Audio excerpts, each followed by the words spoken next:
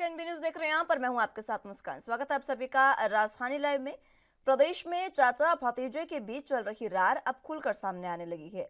बात उत्तर प्रदेश की कर रहे हैं, जहां पर पूर्व कैबिनेट मंत्री शिवपाल सिंह यादव ने ईद के मौके पर देशवासियों को बधाई देते हुए सपा अध्यक्ष अखिलेश यादव पर जमकर हमला बोला। उन्होंने ट्वीट किया कि जिसे हमने चलना सिखाया वो हमें रोंदता चला गया। अपने सम्मान के न्यूनतम बिंदु पर भी मैं चुप रहा, मर्यादा सम्मान सब भूलकर साथ निभाया, फिर भी बार बार मेरी भावनाओं को चोट पहुंचाई गई। इतना ही नहीं, उन्होंने ये भी जिक्र किया कि वो फिर से पुनर्गठन की तैयारी में है। इससे स्पष्ट है कि वो अपनी पार्टी को नए सिरे से संचालित करेंगे। यूपी के पूर्व सीएम अखिलेश यादव के परिवार में अलगाव की खबरें अक्सर आती रही है, लेकिन इस बार अखिलेश के चाचा शिवपाल यादव बेहद आहत नजर आ रहे हैं, जो बार बार अखिलेश यादव पर हमला बोल रहे हैं। और अब भी उन्होंने अखिलेश यादव पर हमला बोला और इस बार उन्होंने सीधे तौर पर कहा कि जिसे मैंने चलना सिखाया वो हमें रोंदते चले गए। इस तरीके की बातें जो है उन्होंने अपने ट्वीट में कही। अपने सम्मान के न्यूनतम बिंदु पर वो आ गए हैं, ऐसा उन्होंने कहा है। शिवपाल सिंह यादव खासा नाराज इस बार दिखाई दे रहे हैं और ये नाराजगी सपा में टूट का कारण भी बन सकती है।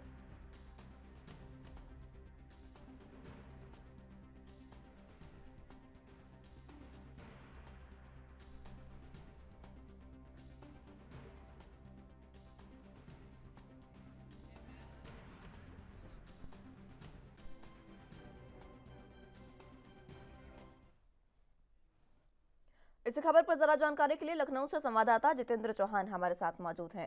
जितेंद्र, फिलहाल बात अगर चाचा भतीजे की करें तो उनकी लड़ाई लगातार सामने आ रही है, लेकिन इस बार शिवपाल यादव ने जिस तरीके से ट्वीट कर अपनी बात रखी है उसमें उनकी नाराजगी खासी दिखाई दे रही है, क्योंकि उन्होंने साफ कहा कि जिसे हमने चलना सिखाया वो हमें रोंदते चले गए। देखिए, बिल्कुल जाहिर सी बात है क्योंकि राजनीति में भी बहुत बड़े हैं शिवपाल यादव अखिलेश यादव से। और दूसरी बात वो कहा जा सकता है उनके चाचे भी हैं। और लगातार ये 17 के बाद जिस तरह से दोनों के बीच में मन में खटास आई है, उसके बाद ये खटास कम होने का नाम नहीं है। 2022 के चुनाव में ये माना जा रहा था कि दोनों की खटास कहीं कम हो जाएगी, लेकिन शिवपाल यादव और अखिलेश यादव की जो खटास है मन की, वो खत्म होती नजर आ रही। कल शिवपाल यादव ने एक निशाना साधने का काम किया और साफ तौर पर ट्वीट में लिखा था कि हम अपने के न्यूनतम बिंदु पर जाकर मैंने संतुष्ट करने का प्रयास किया अखिलेश यादव को। हालांकि नाम नहीं लिखा, लेकिन इसके बावजूद अगर नाराज हूं तो किस स्तर तक उसे हृदय की चोट दी है ये भी नहीं समझ सकते अखिलेश यादव। तो वही हमने चलना सिखाया और हमें ही रोकने का काम किया जा रहा है। और साफ तौर से एक बार पुनः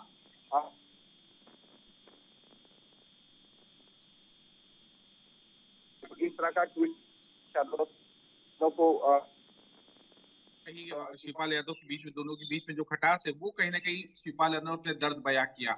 और लगातार हालांकि समाजवादी के चुनाव चिन्ह से जरूर शिवपाल यादव ने विधायकी जीती, लेकिन ये जरूर कहा जा सकता है कि दोनों के बीच में जो दूरियां हैं वो कम होने का नाम ले आ रहे हैं।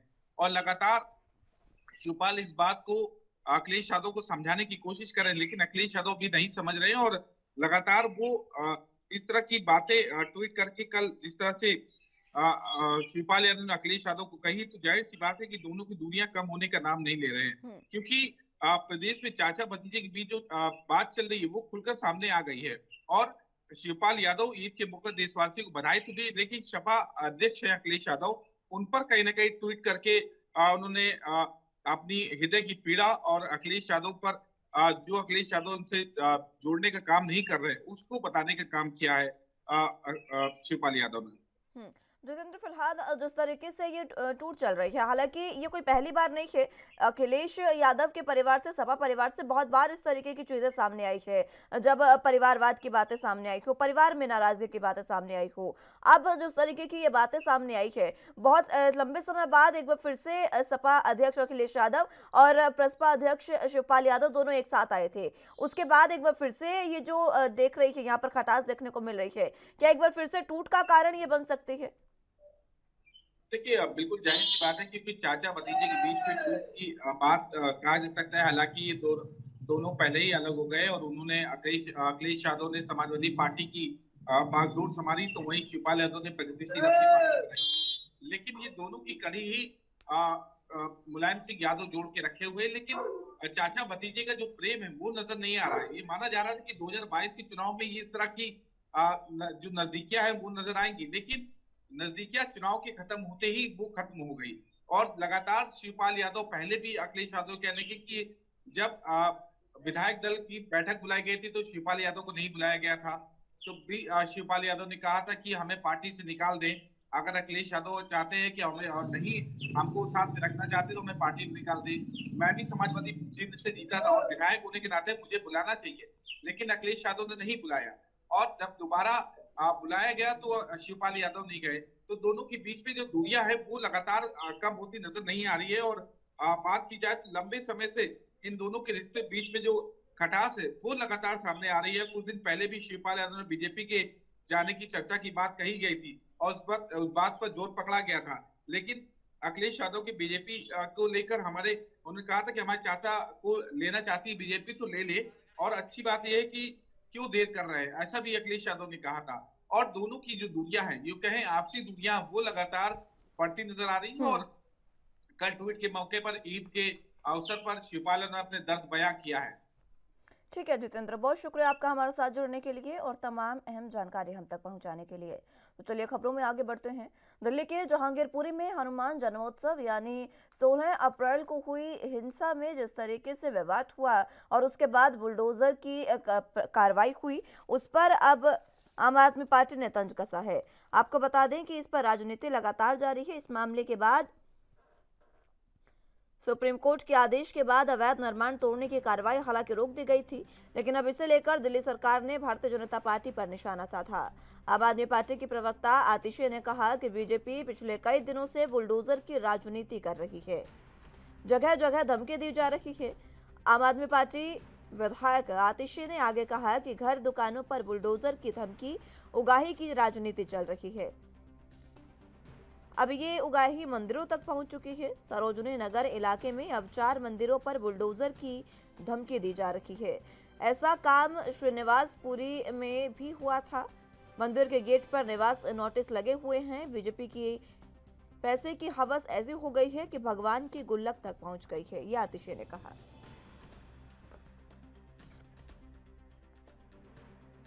दुकानदारों को कहते हैं कि हमें पैसे नहीं दिए तो हम तुम्हारी दुकान पे बुलडोजर चला देंगे। ये गुंडागर्दी और उगाही पूरी दिल्ली में भारतीय जनता पार्टी कर रही है, लेकिन अब उनकी ये बुलडोजर की राजनीति, उनकी ये उगाही की राजनीति दिल्ली के मंदिरों तक भी पहुंच गई है।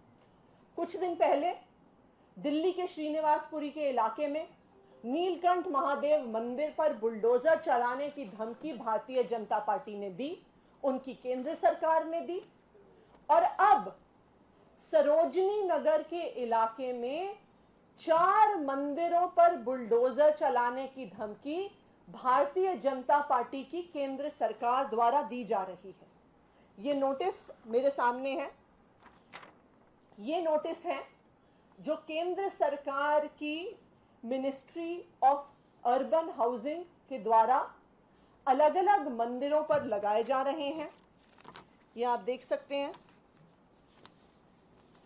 कि किस तरह से ये मंदिर के गेट पर सरोजनी नगर में ये नोटिस लगा हुआ है।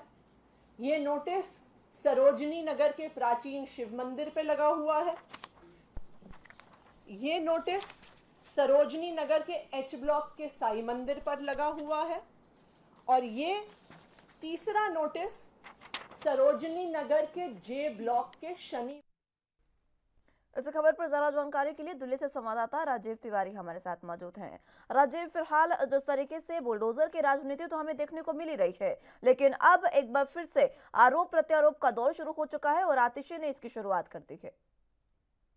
देखिए, बिल्कुल सही कहा आपने। यहाँ पर बात करें जिस तरीके से बुलडोजर को लेकर राजनीति बिल्कुल होती नजर आ रही है। यहाँ तक कि भाजपा की बात करें तो भाजपा की तरफ से ये कहा जा रहा है कि दिल्ली के अंदर जो बसाने की जो प्रक्रिया है या फिर क्या अवैध निर्माण है, वो आम आदमी पार्टी की तरफ से किए जा रहे हैं। लोगों को कहीं ना कहीं बिजली फ्री दी जा रही है, पानी फ्री दी जा रहा है, जिसकी वजह से लोग जो हैं वो कहीं ना कहीं अतिक्रमण करते नजर आ रहे हैं। मगर जिस तरीके से अब आतिशी ने आरोप लगाया है कि भाजपा की जो एमसीडी की सरकार है वो कहीं ना कहीं मंदिरों की गुल्लक तक पहुंच चुकी है। यानी कि सीधे सीधे कहें तो कहीं ना कहीं 4 मंदिरों को, हम्म। सरोजनी नगर के 4 मंदिरों को नोटिस दिया गया है कि अवैध निर्माण के चलते इन मंदिरों को तोड़ा जा सकता है। मगर यहाँ पर ठीक है, बात मैं करें राजीव लौटूंगी आतिशी आपके की, तो पास, आप आतिशी की बने रहिए तरफ से हमारे भी। साथ, जानकारी आपसे लेते रहेंगे।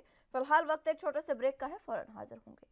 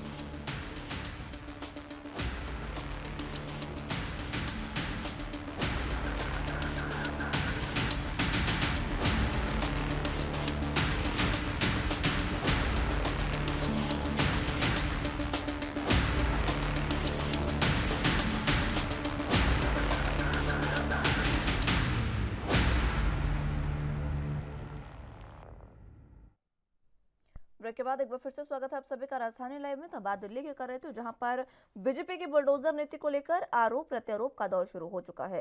राजीव, आपके पास एक बार फिर से मैं आना चाहूंगी, क्योंकि जिस तरीके से आतिशी जो है उन्होंने ये आरोप लगाए हैं और मंदिरों पर बुलडोजर चलाने की बात कही है, क्या कुछ अहम जानकारी? देखिए, बिल्कुल सही कहा आपने। यहाँ पर बात करें जिस तरीके से मंदिरों को लेकर अब राजनीति और ज्यादा बढ़ती नजर आ रही है, क्योंकि जब पिछले कुछ समय से कहीं ना कहीं जो कह सकते हैं भाजपा की या फिर कहें एमसीडी का जो बुलडोजर है वो दिल्ली के जहांगीरपुरी के अंदर बात जिस तरीके से चला है, और उसके बाद में पूरी दिल्ली के अंदर उस बुलडोजर का डर जो है वो देखने को मिल रहा है। इसको लेकर कहीं ना कहीं कांग्रेस पार्टी की बात करें, आम आदमी पार्टी की बात करें, तो कहीं ना कहीं आरोप लगाए जा रहे हैं कि एमसीडी जो है वो लगातार कहीं ना कहीं पैसे उगाही को लेकर बुलडोजर का इस्तेमाल किया जा रहा है। मगर यहाँ पर जिस तरीके से एमसीडी के द्वारा 4 मंदिरों को नोटिस दिया गया है कि अवैध निर्माण के चलते इन मंदिरों को तोड़ा जा सकता है, तो सीधे सीधे आतिशी ने आरोप लगाया है कि मंदिर की जो गुल्लक है वहां तक एमसीडी के हाथ पहुंच रहे हैं और लगातार उसको कहीं ना कहीं गुल्लक से जो पैसे चुराने की प्रक्रिया है वो अपनाई जा रही है। यानी सीधे सीधे कहें डरा धमका कर मंदिरों को तोड़ने की बात की जा रही है। चाहे दिल्ली के सरोजनी नगर की बात करें तो यहाँ पर 4 मंदिर ऐसे हैं जो लगभग 30-30 साल पुराने हैं, यानी प्राचीन मंदिर माने जा रहे हैं, और लगातार उन मंदिरों की जो मान्यता है वो कहीं ना कहीं जनता के बीच में काफी बड़ी मान्यता रखी जाती है। मगर यहाँ पर बात करें जिस तरीके से लगातार एमसीडी का जो बुलडोजर है उसका डर जरूर देखने को मिल रहा है। मगर जिस तरीके से अब आरोप लगाए जा रहे हैं कि एमसीडी के द्वारा कहीं ना कहीं पैसे उगाही की जो गुंडागर्दी की जा रही है, और एमसीडी का जो बुलडोजर का डर है वो जनता के बीच में दिखा रहे हैं, और लगातार ये भी कहा जा रहा है कि पैसे दीजिए नहीं तो आपको मकानों को, दुकानों को, मंदिरों को तोड़ दिया जाएगा। तो इस तरीके के जो आरोप है वो सिर्फ आरोप प्रत्यारोप है, मगर इससे कहीं ना कहीं जनता परेशान होती नजर आ रही है। मगर जिस तरीके से बात करें आतिशी की, और आतिशी ने 4 नोटिस बिल्कुल दिखाए हैं जिसकी कॉपी जो उनके हाथ में है, जो प्रेस वार्ता के द्वारा बिल्कुल दिखाई गई है, और ये भी कहा गया है कि 4 मंदिरों पर इस तरीके के नोटिस जो है वो लगाए गए हैं एमसीडी की तरफ से। मगर कहीं ना कहीं मंदिर प्रशासन को अगर तोड़ने की बात करें या फिर उसको हटाने की बात करें तो धार्मिक कमेटी जो होती है वो कहीं ना कहीं फैसला लेती है कि आप लोग इस तरीके की कमेटी के द्वारा ही हटाने की प्रक्रिया या फिर मंदिर को शिफ्ट करने की प्रक्रिया या तोड़ने की प्रक्रिया या बनाने की प्रक्रिया ली जाती है। मगर यहाँ पर एमसीडी जिस तरीके से काम कर रही है उससे तो लगता है कि सिर्फ पैसे कमाने के लिए सिर्फ ठीक है, बुलडोजर का डर जो है वो दिखाई देता हुआ नजर आ रहा है। जी ठीक है राजीव, बहुत शुक्रिया आपका हमारे साथ जुड़ने के लिए और तमाम अहम जानकारी हम तक पहुंचाने के लिए। तो अगली खबर की रुख कर लेते हैं। पंजाब कांग्रेस के शिष्टमंडल ने राज्यपाल बनवारी लाल पुरोहित से मुलाकात की और उन्हें पटियाला में हुई घटना और पंजाब दिल्ली सरकार के बीच knowledge sharing memorandum of understanding के खिलाफ ज्ञापन दिया। ज्ञापन में समझौते को रद्द करने की मांग की गई है। शिष्टमंडल में पंजाब कांग्रेस के प्रदेश अध्यक्ष अमरिंदर सिंह राजा वर्डिंग और नेता प्रतिपक्ष प्रताप सिंह बाजवा सहित कई नेता मौजूद रहे। करीबन 47 मिनट तक चली बैठक राज्यपाल बनवारी लाल पुरोहित ने कांग्रेस शिष्टमंडल को उचित कार्रवाई करने का आश्वासन भी दिया है। ज्ञापन सौंपने के बाद पंजाब कांग्रेस के प्रदेश अध्यक्ष अमरिंदर सिंह राजा वर्डिंग ने कहा कि पंजाब सरकार ने दिल्ली के साथ जो नॉलेज शेयरिंग समझौता किया, उससे पंजाब सरकार ने अपनी हित बीजेपी के आगे गिरवे रख दिए हैं और जनता के बीच इसको लेकर नाराजगी है। उन्होंने कहा कि जब कभी भी दो राज्यों के बीच कोई समझौता होता है तो उसमें आईएएस अधिकारी या मुख्य सचिव हस्ताक्षर करते हैं, लेकिन जो समझौता दिल्ली के साथ हुआ उसमें दोनों मुख्यमंत्रियों ने हस्ताक्षर किए हैं। इस तरीके से यह ज्ञापन समझौता असंवैधानिक है।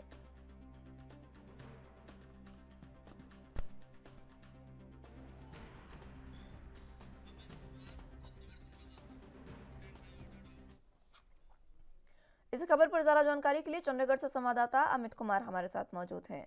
अमित, फिलहाल जिस तरीके से चंडीगढ़ में कांग्रेस के एक जो प्रतिनिधिमंडल है उन्होंने राज्यपाल से मुलाकात की और नॉलेज शेयरिंग मेमोरेंडम जो है उसको लेकर उस खिलाफ उसके ज्ञापन दिया है। जी, मुस्कान, देखिए 2 मुद्दों को लेकर अगर हम कहें कि कल पंजाब कांग्रेस का वफद पंजाब के राज्यपाल बनवारीलाल पुरोहित से मिला, तो सबसे पहला मेमोरेंडम अगर सीधे तौर पे कहें तो होता है कि पंजाब सरकार और दिल्ली सरकार के बीच में जो नॉलेज शेयरिंग एक्ट में जिसके ऊपर सहमति और सिग्नेचर हुए थे उसको लेकर मेमोरेंडम दिया गया था, जिसमें उन्होंने सीधे तौर पे पंजाब कांग्रेस के अध्यक्ष अमरिंदर सिंह राजावणी का कहना है कि वो गैर संवैधानिक है। उन्होंने कई पॉइंट्स बोले कि सबसे पहले कि जब भी किसी भी 2 स्टेट्स के बीच में एग्रीमेंट्स होते हैं या तो उन्हें आईएएस अधिकारी साइन करते हैं या फिर मुख्य सचिव साइन करते हैं, पर यहाँ पर जो कंडीशन है यहाँ पे 2 मुख्यमंत्रियों ने साइन किया जो कि संवैधानिक तौर पे पॉसिबल नहीं है और ये गलत है। ये सीधे तौर पे चीज अगर हम कहें सिग्नेचर जो चीज किए गए इस चीज को ध्यान में लेकर आया गया है पंजाब के राज्यपाल बनवारीलाल पुरोहित के। उनको बताया गया कि जो ये एग्रीमेंट साइन हुआ है ये अगर संविधान के तहत देखते हैं, जो एक्ट के तहत देखते हैं तो वो लीगल नहीं बैठता है, असंवैधानिक होता है। तो इसलिए ये जो अगर हम कहें कि एग्रीमेंट है ये वैलिड ही नहीं है। इसको लेके उन्होंने पंजाब के राज्यपाल से गुहार लगाई है कि इसको रद्द किया जाए, क्योंकि स्टेट के हेड कहेंगे राज्यपाल होते हैं, उनके फाइनल अथॉरिटी होती है। तो अगर ये एक्ट रद्द होना है या ये असंवैधानिक है तो उसके ऊपर जो भी एक्शन लेना है खुद पंजाब के राज्यपाल बनवारीलाल पुरोहित ने लेना है, तो उनकी नॉलेज में चीज लाई गई है, जिसको देखते हुए जब ये मेमोरेंडम उनको दिया गया और उनके इसके डिटेल सौंपी गई है तो उन्होंने बताया है, राज्यपाल ने कंसिडर किया है कि आपने जो फैक्ट्स दिए वो बहुत ज्यादा वैलिड है। मैं इस चीज को लेके जरूर संक्षेप में जाऊंगा और अगर जो कोई भी कार्रवाई बनती है वो कार्रवाई की जाएगी। राज्यपाल की तरफ से ये जरूर कहा गया है कि इस स्टेट की वर्किंग में मैं कम से कम इंटरफेयर करना चाहता हूँ क्योंकि सरकार लोगों ने चुन के दी है, पर अगर ये संविधान के उलट जाता है तब जो बनती कार्रवाई है वो की जाएगी। वहीं दूसरी तरफ अगर हम कहें कि लॉ एंड ऑर्डर को लेकर भी मेमोरेंडम सौंपा गया। लॉ एंड ऑर्डर के ऊपर अगर हम बात करें तो लीडर ऑफ ऑपोजिशन अगर हम कहें कांग्रेस के जो लीडर ऑफ ऑपोजिशन है प्रताप सिंह बाजवा, उन्होंने मेमोरेंडम सौंपा। उन्होंने सीधे तौर पे कहा है, सवाल ये खड़े किए हैं सीधे तौर पर पंजाब सरकार की, जब 10 दिन पहले से जानकारी थी, जब 10 दिन पहले से सोशल मीडिया पे ऐसे घटनाएं चल रही थी, उकसाए जा रहे थे लोग, बताया जा रहा था कि हमने रैली करनी है, हमने दोनों ऑपोजिशन की तरफ से हम कहें जो उन लोगों की झड़प हुई है कि हम भी रैली करेंगे, काउंटर रैली निकाली जाएगी, तो फिर आपकी तैयारियां क्यों नहीं की, ऐसा स्टेप क्यों नहीं लिए, क्या जानबूझ के लड़ाई होने दी गई, जानबूझ के माहौल खराब होने दिया गया। उन्होंने इससे पहले का भी एग्जांपल लिया, बॉर्डर स्टेट्स में बहुत सेंसिटिव होते हैं, ठीक है अमित। बॉर्डर स्टेट में छोटे से भी इंसिडेंट हो तो उनसे सवाल बड़ा हो सकता है, सवाल बड़ा हो सकता है। इसलिए हर एक इंसिडेंट के ऊपर सरकार को काम करना चाहिए और उनको रोकने की कोशिश करनी चाहिए। ये सवाल खड़े किए। ठीक है अमित, बहुत शुक्रिया आपका हमारे साथ जुड़ने के लिए और तमाम अहम जानकारी हम तक पहुंचाने के लिए। फिलहाल बुलेटिन में यहाँ वक्त एक छोटे से ब्रेक का है, फौरन हाजिर होंगे।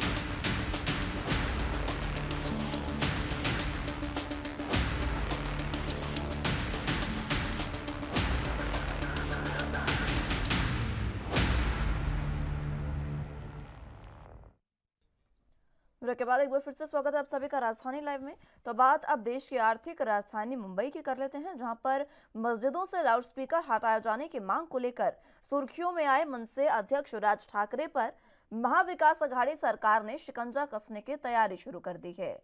1 मई को औरंगाबाद में राज ठाकरे द्वारा दिए भाषण को लेकर उनके खिलाफ FIR दर्ज की गई है। राज पर समुदायों के बीच द्वेष पैदा करने के आरोप में यह मामला दर्ज किया गया। मनसे अध्यक्ष के खिलाफ भारतीय दंड संहिता की धारा 153 के तहत मामला दर्ज किया गया। साथ ही धारा 116 और 117 भी लगाई गई है। औरंगाबाद में राज की रैली को परमिशन देने से पहले वहां की पुलिस ने 16 शर्तों के पालन के निर्देश दिए थे। अब राज ठाकरे और मनसे कार्यकर्ता धारा 149 के तहत उनको नोटिस भेजा गया था कि रैली में नियमों का उल्लंघन किया गया है। राज ठाकरे ने मस्जिदों से लाउडस्पीकर को हटाए जाने के लिए 3 मई तक का अल्टीमेटम भी दिया है। उन्होंने कहा है कि अगर ऐसा नहीं होता तो आगे की कार्रवाई के लिए वो जिम्मेदार नहीं होंगे। वहीं अब राज के खिलाफ मामला दर्ज किए जाने के बाद महाराष्ट्र की राजनीति में नया बवाल खड़ा हो गया है, क्योंकि ईद का त्योहार भी निकल चुका है, 3 तारीख भी निकल चुकी है और अल्टीमेटम का आखिरी दिन भी। इसका मतलब ये कि आज राज ठाकरे जो है वो कुछ बड़ा कर सकते हैं।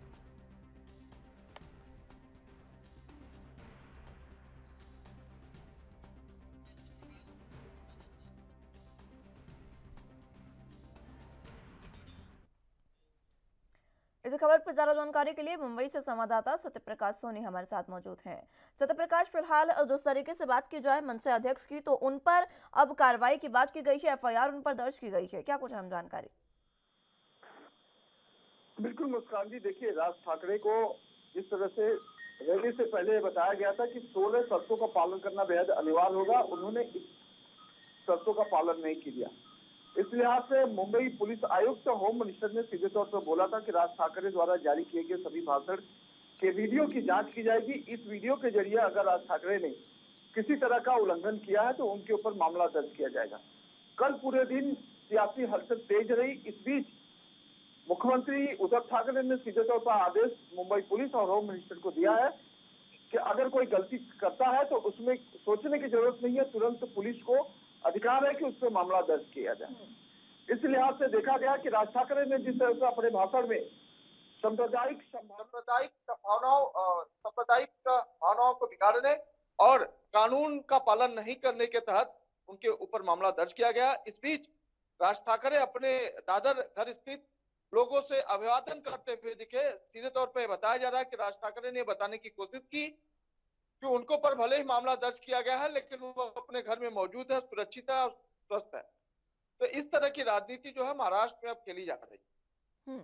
ठीक है, ये राजनीति जो चल रही है इसमें एक नया उबाल उस समय भी आ सकता है सत्यप्रकाश, क्योंकि अल्टीमेटम जो दिया गया था राज ठाकरे द्वारा वो खत्म हो चुका है, उसकी तारीख खत्म हो चुकी है। आज क्या कुछ बड़ा कर सकते हैं, कोई ऐलान इसको लेकर राज ठाकरे का? बिल्कुल, देखिए राज ठाकरे ने पहले ही कहा था कि 4 तारीख को जब लाउड स्पीकर नहीं उतारा जाएगा, जब भी अजान होगी, नमाज होगी, उसके दौरान जो है मनसे कार्यकर्ता मस्जिदों के बाहर ऊंची आवाज में हनुमान चालीसा का पाठ करेंगे। आज पूरे रात से ही यह खेल शुरू कर दिया है मनसे कार्यकर्ताओं ने। मनसे कार्यकर्ताओं ने मुंबई महाराष्ट्र के अलग अलग इलाकों में पूरी रात जो है हनुमान चालीसा बजाए हैं और कई मनसे कार्यकर्ताओं को हिरासत में लिया गया है। जानकारी यह भी है कि मनसे कार्यकर्ताओं ने आज सुबह के अजान के वक्त भी कई जगहों पर हनुमान चालीसा का पाठ किया है। यानी कि सांप्रदायिक भावनाओं को बिगाड़ने की पूरी कोशिश की गई है, जिसमें मुंबई पुलिस की मुस्तैदी के अलावा भी लोगों ने बिल्डिंग के छत के ऊपर चढ़ के हनुमान चालीसा बजाया है। ठीक है, जिस तरीके से ये तमाम चीजें हो रही है, इसको लेकर राजनीति में किस तरीके से उबाल देखा जा रहा है सत्यप्रकाश? क्योंकि मनसे अध्यक्ष जो हैं वो अपनी राजनीति कर रहे हैं और महाविकास अघाड़ी सरकार की बात की जाए तो वो अपनी तरफ से कुछ ना कुछ चाल चल रहे हैं। जिस तरीके से अब उन पर FIR दर्ज की गई, इसको लेकर आम जनता पर किस तरीके का प्रभाव? बिल्कुल, देखिए आम जनता पूरी तरह से समझ चुकी है कि किस तरह से राजनेता अपनी राजनीतिक रोटियां सेकने के लिए इस तरह के 2 धर्मों को बीच में लाकर खड़ा कर दिया है। जिस तरीके से मनसे कार्यकर्ता लगातार मस्जिदों के बाहर हनुमान चालीसा पढ़ने की होड़ लगाए हुए हैं, उसके बाद जो है मुंबई पुलिस और महाराष्ट्र सरकार की नैतिक जिम्मेदारियां बढ़ गई है कि किसी को बिना नुकसान किए हुए इस पे रोक लगना चाहिए। महाराष्ट्र सरकार चाहती तो राज ठाकरे को कल ही गिरफ्तार कर सकती थी, लेकिन महाराष्ट्र सरकार को यह पता कि अगर राज ठाकरे गिरफ्तार होते हैं तो कहीं न कहीं वो हीरो हो जाएंगे। इसी लिहाज से महाराष्ट्र सरकार राज ठाकरे को हीरो नहीं बनाना चाहती है। लेकिन जिस तरह से कानून व्यवस्था की धज्जियां उड़ाने की कोशिश महाराष्ट्र नवनिर्माण सेना के लोग कर रहे हैं, उस पर जो है महाराष्ट्र सरकार और मुंबई पुलिस की निगाहें बिल्कुल टिकी हुई है। इसी लिहाज से महाराष्ट्र के डीजीपी आज जो है 1 बजे प्रेस वार्ता कर लोगों को जानकारी देंगे। ठीक है, आज प्रेस कॉन्फ्रेंस कर यह जानकारी दी जाएगी, लेकिन एफआईआर को लेकर क्या कुछ अभी अपडेट है? देखिए, एफआईआर राज ठाकरे के अलावा करीब 30,000 कार्यकर्ताओं के ऊपर किया गया है, जिसमें 75,000 कार्यकर्ताओं के ऊपर पूरे देश में नोटिस दी गई। इस बीच मुंबई में कई ऐसे कार्यकर्ताओं को हिरासत में लिया गया जो दंगा फैलाने की कोशिश कर रहे थे या दंगा फैलाने की योजना बना रहे थे। इनको हिरासत में लिया गया है। तो जाहिर तौर पर जिन लोगों को आज हिरासत में लिया गया है उन्हें आज कोर्ट में पेश किया जाएगा। कोर्ट के अधीन होगा कि उन्हें कब छोड़ा जाएगा। लेकिन जिस तरह से बाकी मनसे कार्यकर्ताओं ने आज मुंबई में सुबह सुबह ही हुड़दंग मचाया, हनुमान चालीसा को लेकर डीजे बजाकर, लाउड स्पीकर बजाकर, माइक बजाकर, उनके ऊपर शिकंजा कसने की तैयारी पूरी मुंबई पुलिस की है। क्योंकि महाराष्ट्र सरकार द्वारा कल ही कह दिया गया था कि अगर कोई गलती करता है तो उसमें किसी के इंतजार या आदेश की जरूरत नहीं होना चाहिए, तुरंत मामला दर्ज होना चाहिए। ठीक है सत्य प्रकाश, बहुत शुक्रिया आपका हमारे साथ जुड़ने के लिए और तमाम अहम जानकारी हम तक पहुंचाने के लिए।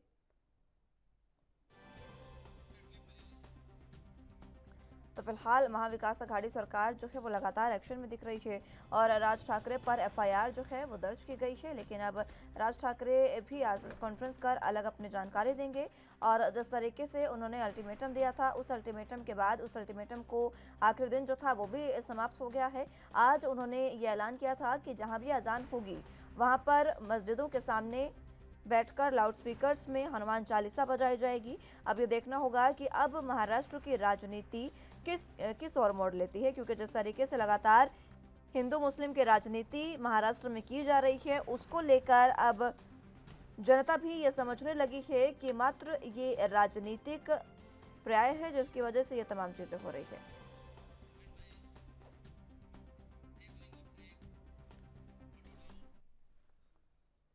बुलेटिन में फिलहाल वक्त एक छोटे से ब्रेक का है, फौरन हाजिर होंगे।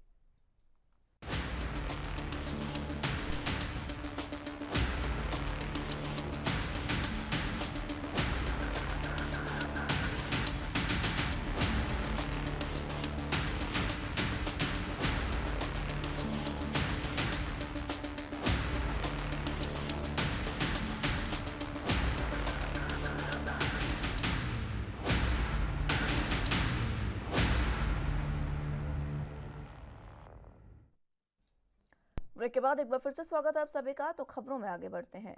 हिमाचल प्रदेश में इसी साल के अंत में होने जा रहे विधानसभा चुनाव 2022 के 7 सभा चुनावों को लेकर अब प्रदेश बीजेपी सरकार के मुख्यमंत्री जयराम ठाकुर ने प्रदेश के सबसे बड़े 15 विधानसभा क्षेत्र वाले जिला कांगड़ा में अपनी सक्रियता बढ़ा दी है। कांगड़ा जिले राजनीतिक दलों के लिए महत्वपूर्ण बनता जा रहा है। आबादी के हिसाब से कांगड़ा जिला सबसे बड़ा है और यहां से 15 विधायक चुनकर सरकार बनाने में महत्वपूर्ण भूमिका निभाते हैं। ऐसे में कांगड़ा जिले में अपनी मजबूत घेराबंदी करने के लिए राजनीतिक पार्टियों ने ताकत झोंक दी है। मुख्यमंत्री जयराम ठाकुर कांगड़ा में बीजेपी को शीर्ष पर देखने के लिए एक के बाद एक कांगड़ा जिले का दौरा कर रहे हैं और करोड़ों रुपयों की घोषणाएं कर जनता के बीच अपने पकड़े को मजबूत करने में लगे हुए हैं। पंजाब में आम आदमी पार्टी की सरकार बनने के बाद जिस तरीके से हिमाचल प्रदेश में आम आदमी पार्टी सक्रिय हुई है उससे कांग्रेस पार्टी भी बैकफुट पर देखी जा रही है। सत्ता की लड़ाई जो पहले बीजेपी और कांग्रेस पार्टी के बीच होती थी वो अब आम आदमी पार्टी और बीजेपी के बीच देखने को मिल रही है। कांग्रेस पार्टी की बात करें तो पूर्व मुख्यमंत्री वीरभद्र सिंह के निधन के बाद जिस प्रकार से मुख्यमंत्री पद की दावेदारी को लेकर कांग्रेस नेताओं के बीच विवाद चल रहा है उसका खामियाजा कांग्रेस को भी भुगतना पड़ सकता है।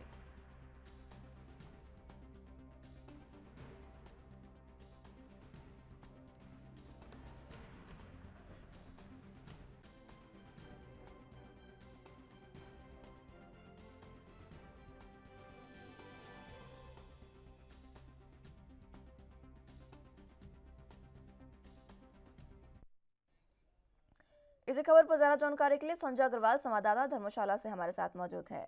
संजय, फिलहाल जिस तरीके से देखा जाए, राजनीति की बात अगर की जाए हिमाचल प्रदेश में, तो 2022 के विधानसभा चुनावों को देखते हुए तमाम पार्टियां सक्रिय तो हुई है, लेकिन कांगड़ा जिला अब ये देखा जा रहा है कि राजनीति की राह तय करने की पूरी कवायद वहां से हो रही है।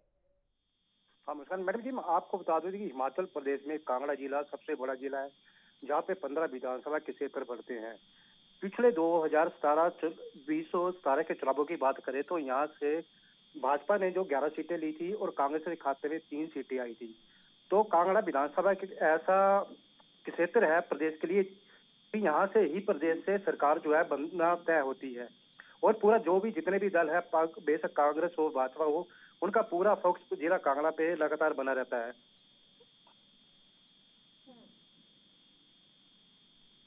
ठीक है, फिलहाल जिस तरीके से ये तमाम राजनीतिक दल सक्रिय हुए हैं, अगर बात करें सीएम की, जयराम ठाकुर जो है वो लगातार सक्रिय हुए हैं और वहां पर अलग अलग जनसभाएं कर रहे हैं, उसको लेकर क्या कुछ जानकारी?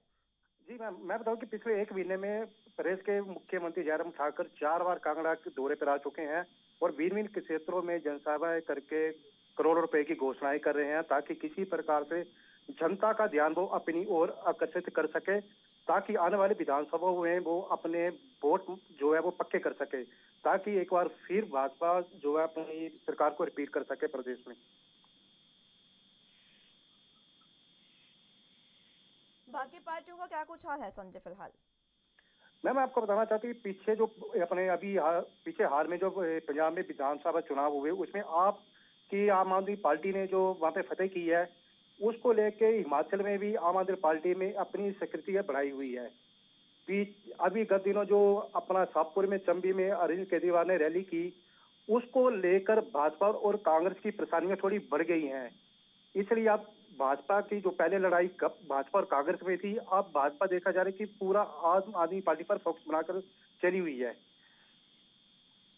ठीक है संजय, बहुत शुक्रिया आपका हमारे साथ जुड़ने के लिए और तमाम अहम जानकारी हम तक साझा करने के लिए।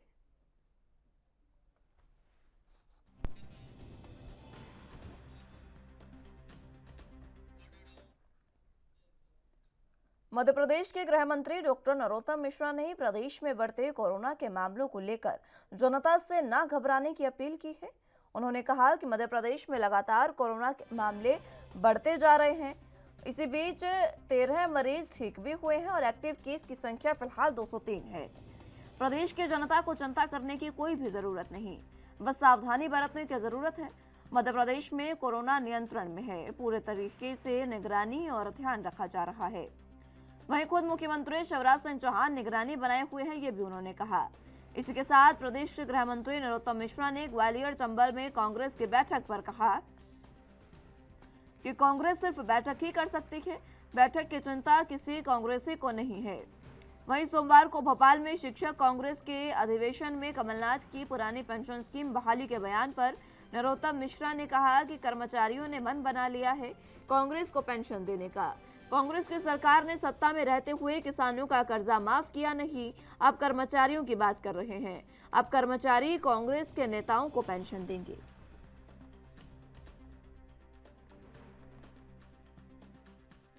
किसान कर्ज माफी की भी बात कर रहे हैं दोबारा और पेंशन बहाली की बात। देखो, कर्मचारियों ने मन बना लिया है इनको घर बिठाने का, घर बैठे पेंशन देने का, क्योंकि पहले ये इनकी घोषणाएं देख चुके हैं, चाहे किसान कर्ज माफी की हो, चाहे पेंशन से जुड़ी हुई हो या अन्य कर्मचारियों से जुड़ी हुई।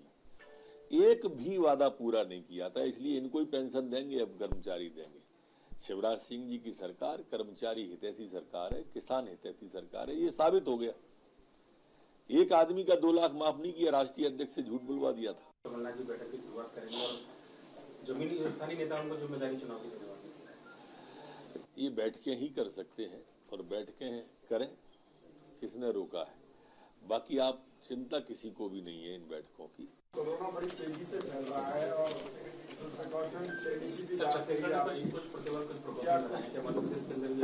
पूरी निगरानी और ध्यान रखा जा रहा है,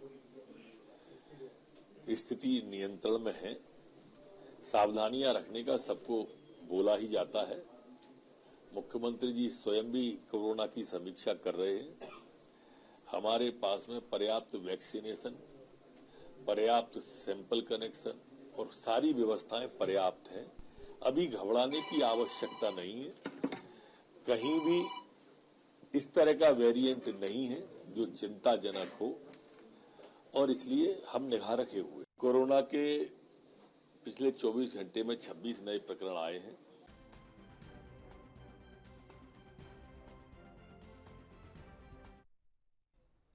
इस खबर पर ज्यादा जानकारी के लिए विजय तिवारी संवाददाता हमारे साथ मौजूद हैं। विजय, फिलहाल अगर बात की जाए नरोत्तम मिश्रा की, तो उन्होंने कमलनाथ पर जिस तरीके से निशाना साधा, क्या कुछ उसमें अहम जानकारी? मध्य प्रदेश के पूर्व मुख्यमंत्री कमलनाथ के द्वारा भोपाल में कांग्रेस अधिवेशन शिक्षक संघ की बैठक की गई थी, जिसमें पूर्व मुख्यमंत्री के द्वारा यह बोला गया था कि अगर 2023 के विधानसभा चुनाव में मध्य प्रदेश में उनकी सरकार बनती है तो वह कर्मचारियों के लिए पुरानी पेंशन लागू कर देंगे और कर्मचारियों को पुरानी पेंशन देंगे। वहीं पूर्व मुख्यमंत्री के द्वारा यह भी बोला गया था कि अगर उनकी सरकार बनती है तो वह किसानों का कर्जा पूरी तरह से माफ कर देंगे। जिस पर ठीक है विजय, आप बने रहिए हमारे साथ, जानकारी आपसे लेते रहेंगे। फिलहाल वक्त एक छोटे से ब्रेक का है, फौरन हाजिर होंगे।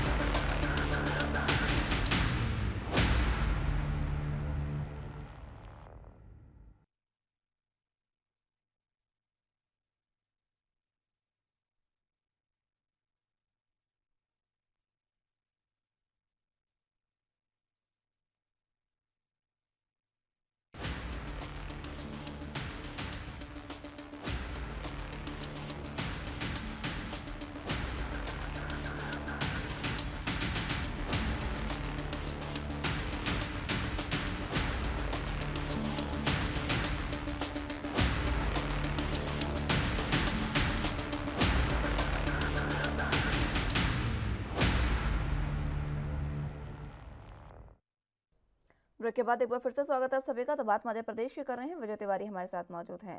विजय, फिलहाल क्या कुछ अहम जानकारी जिस तरीके से कमलनाथ पर निशाना साधा गया?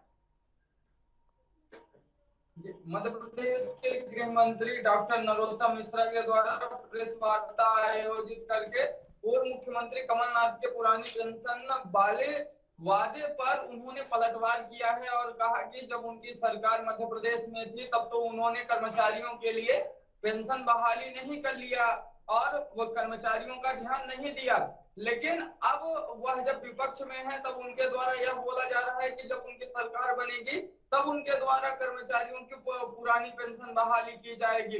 वहीं डॉक्टर नरोत्तम मिश्रा के द्वारा यह भी बोला गया कि अब कर्मचारियों ने इन्हें पेंशन देने का मन बना लिया है और इन्हें घर बैठा कर कर्मचारी पेंशन देंगे। कर्मचारी पूरी तरह से समझदार हैं और वह सब भाजपा के साथ हैं।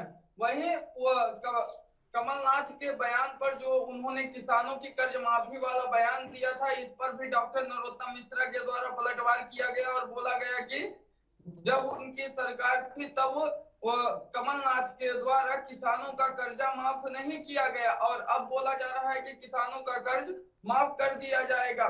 वहीं पूर्व मुख्यमंत्री जब बयान दे रहे थे और यह बोल रहे थे कि अगर उनकी सरकार बनती है तो वह किसानों का कर्ज माफ कर देंगे, तब पूर्व मुख्यमंत्री कमलनाथ के द्वारा यह बोला गया था कि जब उनकी सरकार थी तब उनके द्वारा किसानों का कर्ज माफ किया गया था, लेकिन जैसे ही उनकी सरकार गिरी और शिवराज सरकार आई तो तत्काल शिवराज सरकार के द्वारा फिर से किसानों का कर्जा वैसे ही लागू कर दिया गया और कर्ज किसानों का माफ नहीं किया गया है। वहीं डॉक्टर नरोत्तम मिश्रा के द्वारा कोरोना को लेकर भी यह बोला गया है कि कोरोना को लेकर अभी किसी प्रकार से चिंता करने की जरूरत नहीं है। मध्य प्रदेश में कोरोना पूरी तरह से नियंत्रण में है और इसकी समीक्षा मुख्यमंत्री खुद कर रहे हैं। मध्य प्रदेश में पिछले 24 घंटे में 26 नए मामले सामने आए हैं, जिसमें से 13 मामले ठीक हो चुके हैं और वर्तमान में एक्टिव केसों की संख्या 230 बताई जा रही है, जिस पर गृह मंत्री डॉक्टर नरोत्तम मिश्रा के द्वारा साफ तौर पर यह स्पष्ट किया गया है कि अभी मध्य प्रदेश में कोरोना पूरी तरह से नियंत्रित है। जी ठीक है। कोरोना तो नियंत्रित है, लेकिन राजनीति नियंत्रित यहाँ पर नहीं दिख रही है वजह, क्योंकि अलग अलग तरीके से राजनीतिक बयानबाजी हो रही है। विधानसभा चुनाव भी नजदीक है मध्य प्रदेश के, इसको लेकर कांग्रेस किस तरीके से सक्रिय दिख रही है? जी बिल्कुल, अगर बात की जाए तो अभी हाल ही में कांग्रेस के द्वारा ग्वालियर चंबल में बैठक की गई थी, जिसमें कांग्रेस के वरिष्ठ दिग्गज नेता मौजूद थे और चुनावी रणनीति कहीं ना कहीं कांग्रेस के द्वारा बनाई जा रही थी और चुनाव की जिम्मेदारी सौंपी जा रही थी। उस पर भी गृह मंत्री डॉक्टर नरोत्तम मिश्रा के द्वारा बोला गया कि कांग्रेस चाहे जितनी बैठक कर ले, लेकिन इससे कांग्रेस को कुछ फायदा नहीं होने वाला है। जब तक कांग्रेस के आपसी मतभेद खत्म नहीं होंगे, तब तक कांग्रेस चाहे जितनी बैठक कर ले, इन बैठकों का कोई भी फायदा नहीं होगा। वही कांग्रेस के प्रदेश अध्यक्ष कमलनाथ के द्वारा लगातार यह मेहनत की जा रही है कि जो आपसी मतभेद कांग्रेसियों में है वो कहीं ना कहीं खत्म हो जा सके, जिससे कि आने वाले 2023 के चुनाव में उन्हें सफलता हासिल हो सके। जी ठीक है। सफलता कांग्रेस हासिल करना चाहती है, लेकिन क्या वाकई कांग्रेस में जो गुटबाजी देखने को मिलती है उसके तहत कांग्रेस सफलता हासिल कर पाएगी? क्या कांग्रेस में इस समय देखने को मिल रहा है? जी बिल्कुल, अगर बात की जाए तो जब से मध्य प्रदेश के कांग्रेस प्रदेश अध्यक्ष पूर्व मुख्यमंत्री कमलनाथ को बनाया गया है, तब से पूर्व मुख्यमंत्री कमलनाथ के द्वारा लगातार मध्य प्रदेश के कई जिलों में कांग्रेसियों के साथ बैठक भी की जाती है और यह पूरी कोशिश कमलनाथ के द्वारा की जा रही है कि जो आपसी मतभेद है और आपसी गुटबाजी है, इसको कहीं ना कहीं खत्म किया जाए। और कांग्रेस के जो भी दिग्गज नेता हैं उनके द्वारा साफ तौर पर बोला जाता है कि कांग्रेस में किसी भी तरह से कोई गुटबाजी नहीं है, लेकिन आए दिन यह देखने को मिल जाता है कि कांग्रेस में किस तरह से गुटबाजी हावी है, लेकिन इसको भी छुपाया जाता है। और कहीं ना कहीं कांग्रेस की आपसी गुटबाजी के कारण ही यह हार का सामना करते हैं। और अभी मध्य प्रदेश में पिछले दिनों देखने को भी मिल गया है कि कांग्रेस में किस तरह से गुटबाजी है। अगर बात की जाए मध्य प्रदेश प्रदेश कांग्रेस अध्यक्ष की, तो उनके द्वारा पूरी कोशिश की जा रही है और नए तरीके से सारणी भी नियुक्त की जा रही है और नए पदाधिकारियों को नियुक्त किया जा रहा है, जिससे कि कहीं ना कहीं कांग्रेस में जो मतभेद हैं उस मतभेद को खत्म किया जा सके। जी ठीक है विजय, बहुत शुक्रिया आपका हमारे साथ जुड़ने के लिए और तमाम अहम जानकारी हम तक पहुंचाने के लिए। तो खबरों में आगे बढ़ते हैं। मंगलवार को आम आदमी पार्टी प्रदेश अध्यक्ष दीपक बाली ने सोशल मीडिया पर वीडियो जारी किया और आगामी चंपावत चुनाव को लेकर जानकारी दी। उन्होंने कहा कि हम हर चुनाव के लिए तैयार हैं, संगठन मजबूती के साथ अपने तैयारी पर है। आगामी उपचुनाव चंपावत के लिए 3 से 4 दिनों में आम आदमी पार्टी के प्रदेश के नेताओं कार्यकर्ताओं के साथ मंथन बैठक रखी गई है, जिसके बाद आम आदमी पार्टी अपनी प्लानिंग को आगामी चुनावों को लेकर बताएगी। उन्होंने कहा कि 3 से 4 दिन में चुनाव को लेकर फैसला करेगी। अभी तक सभी कार्यकर्ता अपने स्तर पर आगामी रणनीतियों और अरविंद केजरीवाल की नीतियों को जन जन तक पहुंचाने के लिए पूरे प्रदेश में काम कर रहे हैं।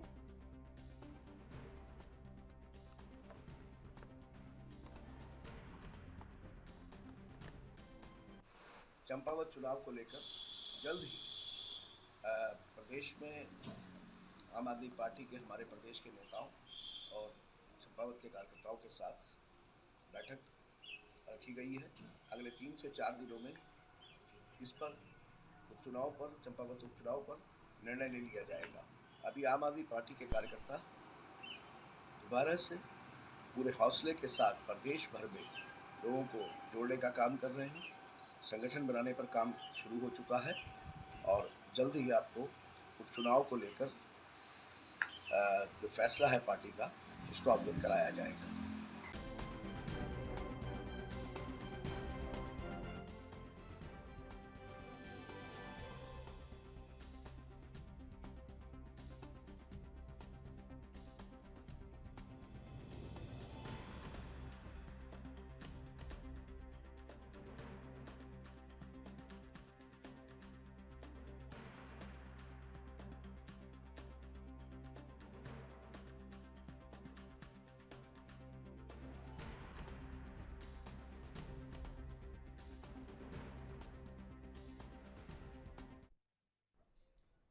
बुलेटिन में फिलहाल वक्त एक छोटे से ब्रेक का है, फौरन हाजिर होंगे।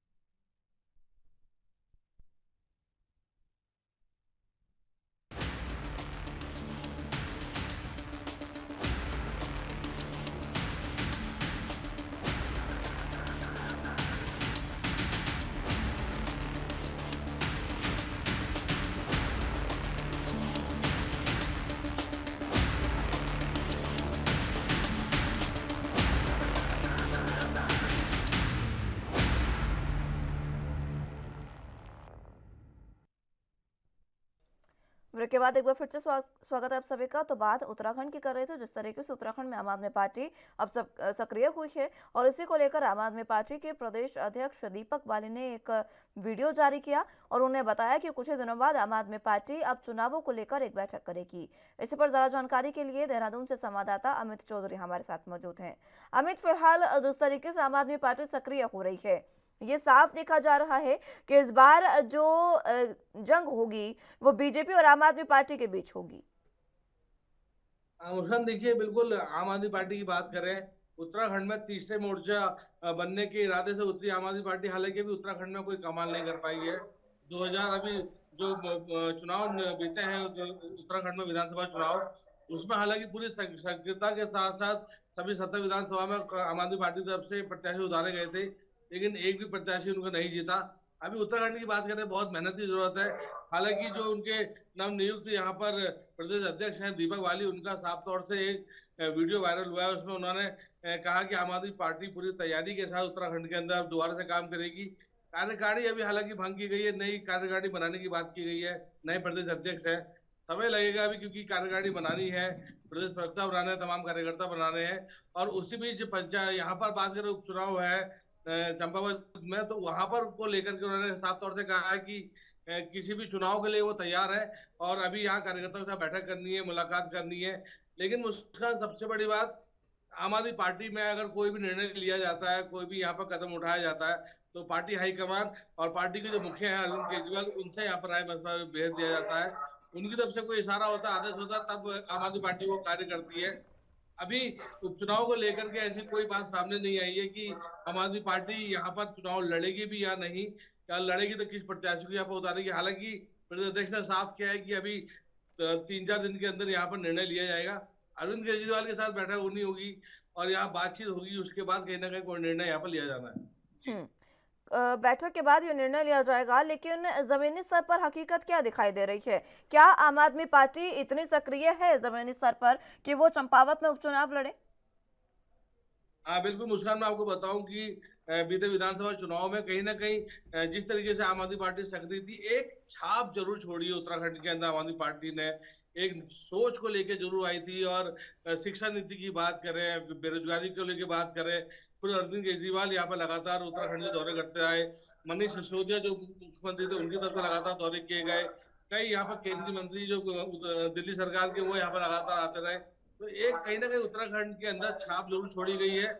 और अभी क्योंकि नई पार्टी है, क्षेत्रीय पार्टी, केवल अभी यहाँ पर बात करें दिल्ली के बाद अभी पंजाब में जीते हैं और अभी विस्तार कहीं ना कहीं पार्टी का किया जा रहा है। उत्तराखंड में यहाँ पर अपनी पैठ जमाने के लिए समय जरूर लगेगा, लेकिन इरादे उनके साफ नहीं गए, जिस तरीके से लगातार बात की जा रही है। चंपावत चुनाव की बात करें, जो यहाँ का जो परिदृष्टि है, क्योंकि उपचुनाव है, खुद मुख्यमंत्री लड़ रहे हैं, संभावनाएं बेहद ही कम है। लेकिन अगर यहाँ पर चुनाव लड़ने की बात की जाती है तो एक क्षेत्रीय समीकरण लगाया जाएगा, किस प्रत्याशी को उतारा जाएगा वो आने वाला समय बताएगा। लेकिन पूरे क्षेत्रीय समीकरण के साथ, जाति समीकरण के साथ कहीं ना कहीं आम आदमी पार्टी आगे बढ़ेगी और मुख्यमंत्री को यहाँ पर चुनौती देने का कार्य जरूर करेगी। ठीक है अमित, बहुत शुक्रिया आपका हमारे साथ जुड़ने के लिए और तमाम अहम जानकारी हम तक पहुंचाने के लिए। चलिए तो अगली खबर की रुख कर लेते हैं। ईद की नमाज के बाद आज़ाद ने कहा है कि अगर कश्मीर में चुनाव होते हैं और सत्ता लोगों के हाथों में जाती है तो मुझे विश्वास है कि सब ठीक हो जाएगा। ये राहत की बात है कि आखिरकार हम कोरोना से उभर रहे हैं। वहीं एक सवाल के जवाब में आज़ाद ने कहा कि कश्मीर की कश्मीरियत में किसी तरह का भी बदलाव नहीं आया है। राज्य में पहले जैसे ही सोशलिज्म बना हुआ है। गौरतलब हो कि गुलाम नबी आज़ाद J23 समूह के मुखर नेताओं में से एक रहे हैं। अपनी ही पार्टी के नेताओं की आलोचना के शिकार वो होते रहे हैं।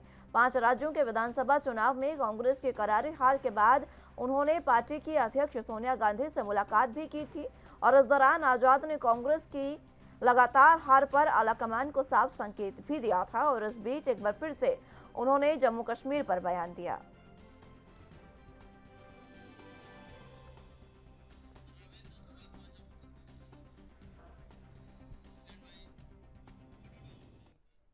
इस खबर पर ज्यादा जानकारी के लिए जम्मू कश्मीर से संवाददाता रविंद्र श्रीवास्तव हमारे साथ मौजूद हैं। रविंद्र, फिलहाल जिस तरीके से गुलाम नबी आज़ाद ने जम्मू कश्मीर में ईद की नमाज के बाद जो बयान दिया उसको लेकर उन्होंने साफ जम्मू कश्मीर की तरफ एक अलग रुख अपना दिखाया।